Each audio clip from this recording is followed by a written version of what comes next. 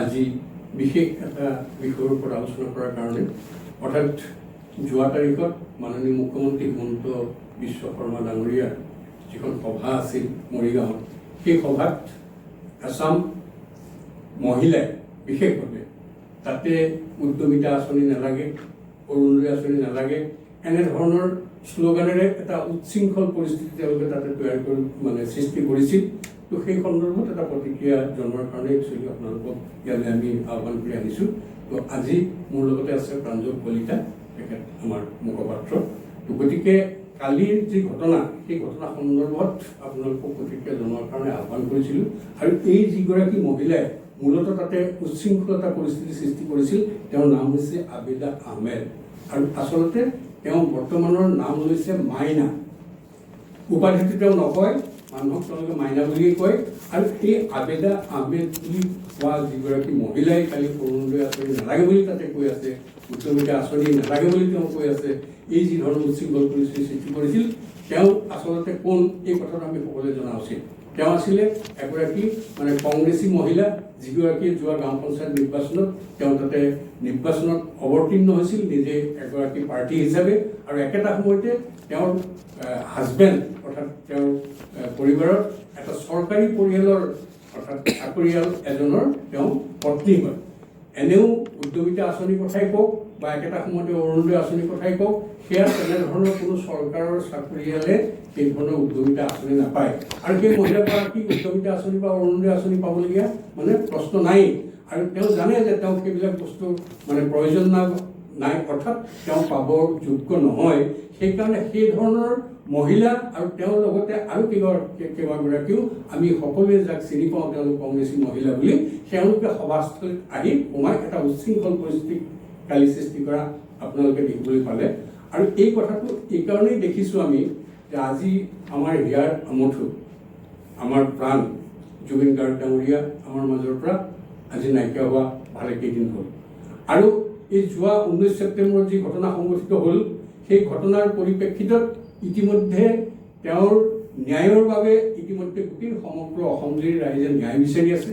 আমাৰ ভাৰতীয় জনতা পাৰ্টীয়েও ন্যায় বিচাৰি আছে ন্যায়ালয়ৰ ওচৰত, যাতে তেওঁলোকে ন্যায় পাব পাৰে। আৰু আমাৰ মাননীয় মুখ্যমন্ত্ৰী হিমন্ত বিশ্ব শৰ্মা ডাঙৰীয়াই 19 ছেপ্টেম্বৰত তেওঁ নোহোৱা হোৱাৰ দিনটোৰ পৰা তেওঁৰ ডেড বডি অসমলৈ অনাৰ পৰা আৰম্ভ কৰি তেওঁক সোণাপুৰ ক্ষেত্ৰলৈকে সেই লৈ যোৱা এই গোটেই পৰিক্ৰমাটো নিশ্চয় আপোনালোকে সকলোৱে লক্ষ্য কৰিছে। আৰু তাৰ পৰৱৰ্তী সময়ত অতি তৎপৰতাৰে সৈতে তেওঁৰ মৃত্যুৰ লগত বা তেওঁ হত্যাৰ লগত জড়িত যিসকল ব্যক্তি, সেইসকলক বিচাৰি উলিয়াই তেওঁলোকক কঠোৰৰ পৰা কঠোৰতম শাস্তি দিয়াৰ কাৰণে যি ব্যৱস্থাৱলী কৰিব লাগে, সেই ব্যৱস্থাৱলী ইতিমধ্যে মাননীয় মুখ্যমন্ত্ৰী ডাঙৰীয়াই কৰিছে। আৰু ইতিমধ্যে আপোনালোকে দেখিছে সেই জুবিন ক্ষেত্ৰত, সেই সমাধিস্থলত আমি দেখোঁ যে হাজাৰ হাজাৰ অগণন লোকৰ তাতে সমাৱেশ হৈছে। ডেফিনেটলি জুবিন অনুৰাগীসকল তালৈকে যাব, তেওঁলোকে জুবিনক পাহৰিব পৰা নাই বা পাহৰিব নোৱাৰে, তেওঁ হিয়াৰ আমঠু। গতিকে তেওঁৰ সেই দুখ লৈ মানুহ আজি তালৈ গৈ আছে। আৰু তাত যাওঁতে আমি দেখিছোঁ যে আৰু এচাম ব্যক্তি তালৈ গৈছে, যিসকলে আজি সেই জুবিন গাৰ্গৰ এই যিটো জুবিন স্থলী, সেই স্থলীটোক তেওঁলোকে এটা আন্দোলনৰ থলীলৈ ৰূপান্তৰিত কৰাৰ কাৰণে এচাম মহিলাক আমি তাতে দেখিছোঁ। আৰু সেইসকল কোন, সেইসকলক যদি আপুনি আইডেণ্টিফাই কৰিবলৈ যায়, তেতিয়াহ'লে আপোনালোকে দেখিব যে পশ্চিমবংগ মূলৰ অৰ্থাৎ পূৰ্ববংগীয় মূলৰ ধৰ্মীয় সংখ্যালঘু অৰ্থাৎ মিয়া সম্প্ৰদায়ৰ কিছু মহিলা, যিসকলে গৈ তাতে শ্লোগান আৰম্ভ কৰিছে যে আমাৰ অৰুন্ধতী আঁচনি নালাগে, আমাক এই বিভিন্ন ধৰণৰ চৰকাৰী আঁচনিবিলাক নালাগে, এই ধৰণৰ কথা বতৰা কৈ জুবিনৰ ন্যায় লাগে। তো ন্যায়ৰ কাৰণে ইতিমধ্যে যি ব্যৱস্থাসমূহ কৰিব লাগে, ন্যায়ালয়ে ন্যায় দিব। আৰু সেই ন্যায় ব্যৱস্থাটো দিয়াৰ বাবে চৰকাৰে কৰিবলগীয়া সকলোবিলাক কাম ইতিমধ্যে SIT গঠনৰ পৰা আৰম্ভ কৰি সকলোবিলাক কৰা হৈছে। ইতিমধ্যে SIT গৈ ছিংগাপুৰত গৈ তাতে স্পট ভেৰিফিকেশ্যন কৰাৰ পৰা আৰম্ভ কৰি বিভিন্ন জেগা পৰিক্ৰমা কৰি আহি আৰু তাত পুলিচৰ লগত যিখিনি কথা বতৰা তেওঁলোকৰ লগত পাতি মেলি ইতিমধ্যে ঘূৰি আহিছে। আৰু সেই ঘূৰি অহা ইতিমধ্যে এই কথাটো আপোনালোকে গম পাইছে যে ইতিমধ্যে ছিংগাপুৰ পুলিচে বহুখিনি তথ্য ইতিমধ্যে জুবিন গাৰ্গৰ মৃত্যু বা হত্যাৰ প্ৰশ্নত দিবলগীয়া বহুখিনি তথ্য ইতিমধ্যে আমাৰ SITৰ ওচৰত প্ৰদান কৰিছে। সেই অসম চৰকাৰৰ তত্বাৱধানত অৰ্থাৎ মানে কি কয় যি ধৰণে ব্যৱস্থা কৰিছিল সেইমতে SIT-য়ে সেই ধৰণৰ ব্যৱস্থা কৰি আছে। গতিকে ন্যায়ালয়ে ন্যায় দিব। আৰু ইতিমধ্যে মুখ্যমন্ত্ৰী ডাঙৰীয়াই স্পষ্ট ভাষাত কৈছে যে অহা ডিচেম্বৰ মাহৰ 17 তাৰিখৰ ভিতৰত তো চাৰ্জশ্বিট প্ৰদান কৰা হ'ব। যিহেতুকে 3 মাহ সময় থাকে চাৰ্জশ্বিট দিয়াৰ কাৰণে, গতিকে 17 তাৰিখৰ পূৰ্বতেই হয়তো সেই চাৰ্জশ্বিট মানে দিয়াৰ কাৰণে ব্যৱস্থা কৰিব। ইতিমধ্যে মুন্না প্ৰসাদ গুপ্তায়ো এই কথা কৈছে যে আমি চাৰ্জশ্বিট দিয়াৰ কাৰণে মোটামুটি আমি মানে প্ৰস্তুত হৈছোঁ। তো গতিকে সেই চাৰ্জশ্বিট পানী নসৰকাই এখন চাৰ্জশ্বিট দিয়াৰ জৰিয়তে নিশ্চিতভাৱে জুবিন গাৰ্গক যিসকলে মানে হত্যাৰ নিচিনা জেগালৈকে লৈ গ'ল সেইসকলৰ নিশ্চয় চূড়ান্ত শাস্তি হোৱাৰ কাৰণে পানী নসৰকাই এটা SIT ৰিপৰ্ট অৰ্থাৎ চাৰ্জশ্বিট থাকিব বুলি আমি নিশ্চয় সকলোৱে আশা কৰিছোঁ। অসমবাসী ৰাইজে আশা কৰিছে। আৰু অতি তৎপৰতাৰে সৈতে অসম চৰকাৰে সেই সকলোবিলাক কাম সম্পন্ন কৰাৰ কাৰণে যি ধৰণৰ কামবোৰ কৰিব লাগে ইতিমধ্যে কৰিছে, সেইটো সকলোৱে পৰিলক্ষিত হৈছে। গতিকে আজিৰ তাৰিখত ইমান ন্যায়িকভাৱে এই গোটেই কামবিলাক চলি থাকোঁতে য'ত হাজাৰ হাজাৰ মানুহে আজি হিমন্ত বিশ্ব শৰ্মাৰ মানে আশীৰ্বাদেৰে উপচাই দিছে এই ধৰণৰ সঠিকভাৱে তদন্তটোক আগুৱাই লৈ যোৱাৰ কাৰণে তেওঁ দেখুওৱা তৎপৰতাৰ কাৰণে। কিন্তু তাৰ বিপৰীতে আমাৰ যিসকল প্ৰায় চিৰবৈৰী দেশ অৰ্থাৎ পাকিস্তানৰ এজেণ্ট হিচাপে কাম কৰা যি গৌৰৱ গগৈ আৰু একেটা সময়তে তেওঁলোকৰ শ্বৰীক একেটা সময়তে লুৰিণজ্যোতি গগৈৰ পৰা আৰম্ভ কৰি আজি অখিল গগৈলৈকে লৈ সেইসকলে এই যিটো সময়ত শোকাত হৈ আছে অসমবাসী ৰাইজ, য'ত মানুহ চেণ্টিমেণ্টেল হৈ আছে, সেই চেণ্টিমেণ্টটোক তেওঁলোকৰ ৰাজনৈতিক লাভালাভৰ কাৰণে ব্যৱহাৰ কৰিবলৈ তেওঁলোকে চক্ৰান্ত চলাইছে। আৰু সেইটো কাৰণে আমি দেখিছোঁ জুবিন ক্ষেত্ৰ এখন তীৰ্থস্থান, সেই তীৰ্থস্থানত তাতে কোনো ধৰণৰ আন্দোলনৰ শ্লোগান হ'ব নালাগে। আন্দোলন কৰাৰ কাৰণে ৰাজপথ আছে, আন্দোলন কৰাৰ কাৰণে সচলত নিৰ্দিষ্ট জেগা ঠিক কৰি থোৱা আছে। গতিকে তাত যদি কাৰোবাৰ আন্দোলন কৰিবলগীয়া থাকে নিশ্চয় এখন গণতান্ত্ৰিক এটা আন্দোলন কৰিব পাৰে। কিন্তু তীৰ্থস্থানত গৈ সেই শান্তিময় এটা পৰিৱেশত য'ত শান্তি বিচাৰি জুবিন অনুৰাগীসকলে যায় সেই এলেকাত এনেধৰণৰ যি হুলস্থুল যি উৎপাত তেওঁলোকে সৃষ্টি কৰি আছে আৰু সেইসকলক ইতিমধ্যে আইডেণ্টিফাই হৈছে যে তেওঁলোক হৈছে বিশেষ এটা ধৰ্ম সম্প্ৰদায়ৰ মিয়া সম্প্ৰদায়ৰ কিছু মহিলা। সেইসকলক কেতিয়াৰ পৰা তেওঁলোকে তাতে গৈ সেই উৎপাতটো আৰম্ভ কৰিছে আমি দেখিছোঁ। দুদিনৰ আগত 30 অক্টোবৰ তাৰিখে অখিল গগৈ জনিয়াত গৈ এখন মিয়াসকলৰ মহাসন্মিলনত তেওঁ ভাষণ দিছিল। তাৰ পৰৱৰ্তী সময়ত আমি দেখিছোঁ জনিয়াৰ পৰা ইয়ালৈকে মানুহ আহিছে, গৌৰৱ গগৈ গৈ বিভিন্ন জেগাত ভাষণ দিছে। একেধৰণে লুৰিণজ্যোতি গগৈ বিভিন্ন জেগাত মানুহক উচতাইছে, যিটোৰ ফলত আজি জুবিন ক্ষেত্ৰত আহি তেওঁলোকে তেনেধৰণৰ শ্লোগান দি আছে বা য'তেই মুখ্যমন্ত্ৰী গৈছে তেওঁলোকে তাতেই এই ধৰণৰ শ্লোগানৰ জৰিয়তে যিসকলে আচলতে যিসকলে উদ্যমিতা আঁচনি পোৱাৰ যোগ্য নহয়, সেই ধৰণৰ আঁচনি পাব নলগীয়া যিসকল ব্যক্তি সেইসকলে আমাক এই আঁচনি নালাগে বুলি কৈ শ্লোগান দি এটা হুলস্থুলীয়া পৰিৱেশ সৃষ্টি কৰিবলৈ তেওঁলোকে চেষ্টা কৰিছে। আৰু কংগ্ৰেছৰ এইটো এটা পুৰণা ডিজাইন, তেওঁলোকে সদায় চেষ্টা কৰে যেতিয়া তেওঁলোকৰ কোনো ধৰণৰ ইছ্যু নাথাকে সেই ইছ্যুটোক তেওঁলোকে ডাইভাৰ্ট কৰিব বিচাৰে। ইমান সুন্দৰভাৱে ন্যায়িক ব্যৱস্থাটোৰ ফাললৈকে জুবিন গাৰ্গৰ এই হত্যাৰ ঘটনাটোক যি ধৰণে আগুৱাই লৈ যোৱা হৈছে সেইটোক ব্যাঘাত আৰু প্ৰক্ৰিয়াকৈ আচলতে ঘটিবগৈ যদি তেওঁলোকে এনেধৰণৰ ঘটনাবিলাক সংঘটিত কৰি থাকে।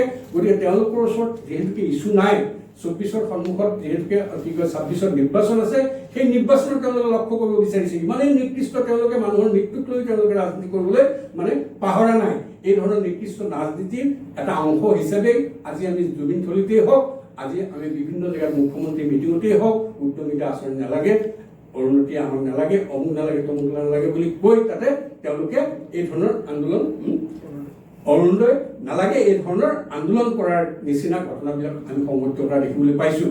কোন সময়ত হৈছে, কোনসকলক লৈ কৰিছে, যিটো সময়ত অসমত প্ৰায় 60 লাখতকৈ অধিক বিঘা মাটি চৰকাৰী মাটি ইতিমধ্যে বেদখলৰ কবলত ৰাখিছে এই ধৰ্মীয় সংখ্যালঘু মুছলমান মিয়াসকলে। আৰু সেই ভূমিৰ পৰা এতিয়া প্ৰায় 1.5 লাখতকৈ অধিক বিঘা মাটি যিটো সময়ত হিমন্ত বিশ্ব শৰ্মা নেতৃত্বাধীন চৰকাৰখনে সেই চৰকাৰী মাটি বা ৰিজাৰ্ভ মাটি বা বেজিং মাটি উদ্ধাৰ কৰিছে বা সত্ৰৰ মাটি উদ্ধাৰ কৰি আছে।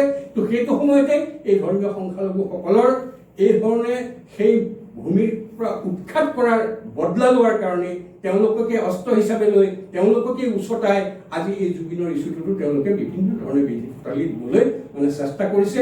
তেওঁলোকে প্ৰকৃতাৰ্থত ৰাজনীতি কৰিবলৈ আহিছে। আমি এই কথাত তেওঁলোকক সোঁৱৰাই অখিল গগৈৰ চৰিত্ৰ বুজি পাইছে, লুৰিণজ্যোতি গগৈৰ চৰিত্ৰ ইতিমধ্যে বুজি পাইছে।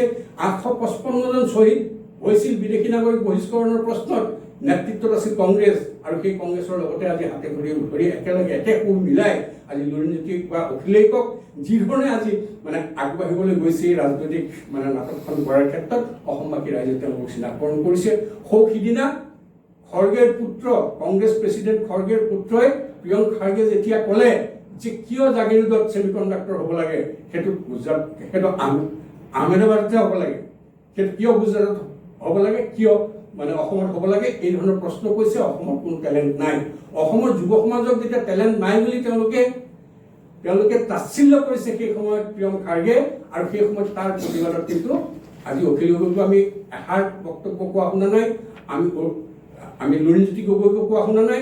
একেটা সময়তে গৌৰৱ গগৈও তাৰ বিপৰীত ভাষ্য দি আওপকীকৈ তেওঁ কংগ্ৰেছ প্ৰেচিডেণ্ট খৰ্গেৰ পুত্ৰক সমৰ্থন কৰাহে আমি দেখিবলৈ পালোঁ, যে তেওঁলোকে অসমৰ যুৱ বাহিনী, যুৱ চেণ্টিমেণ্টৰ লৈ আজি অখিল গগৈ কওক, লুৰিণ গগৈ কওক বা একেটা সময়তে গৌৰৱ গগৈ কওক, তেওঁলোকৰ কোনো আহে নাযায়।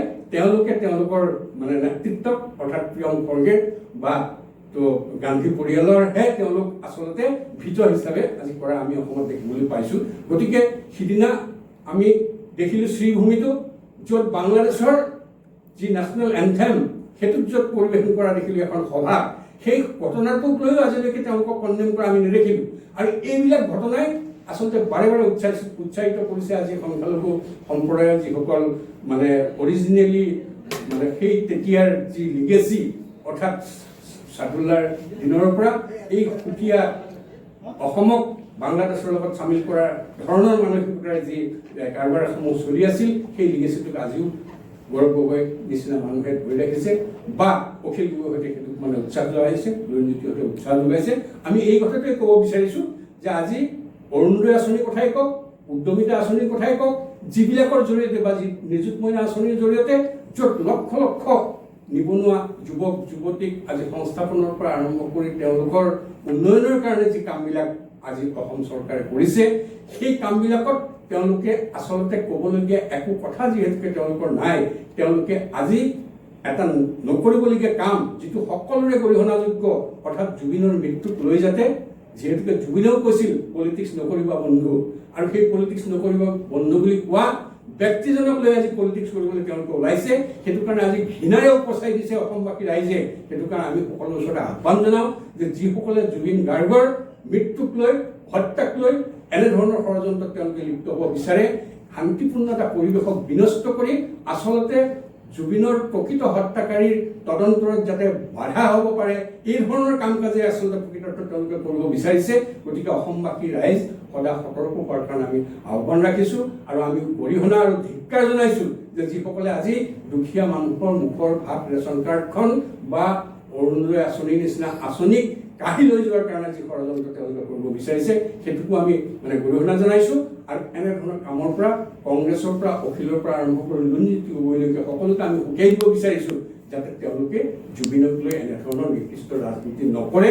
গতিকে আপোনালোক ৰাজনৈতিক দল ৰাজনীতি কৰক, যি বিষয়ৰ ওপৰত ৰাজনীতি কৰিব লাগে সেই বিষয়ৰ ওপৰত কৰক। মানুহৰ মৃত্যু প্ৰশ্নক লৈ আপোনালোকে এই ধৰণৰ হেতালি খেলিবলৈ নাহিব। তো এইখিনি কথাই মানে ক'লোঁ। হয়, ধন্যবাদ।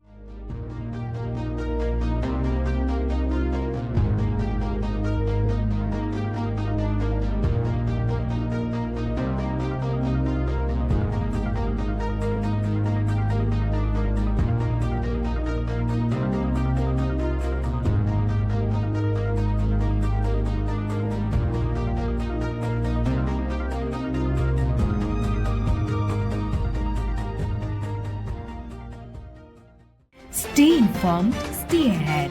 News NE 365.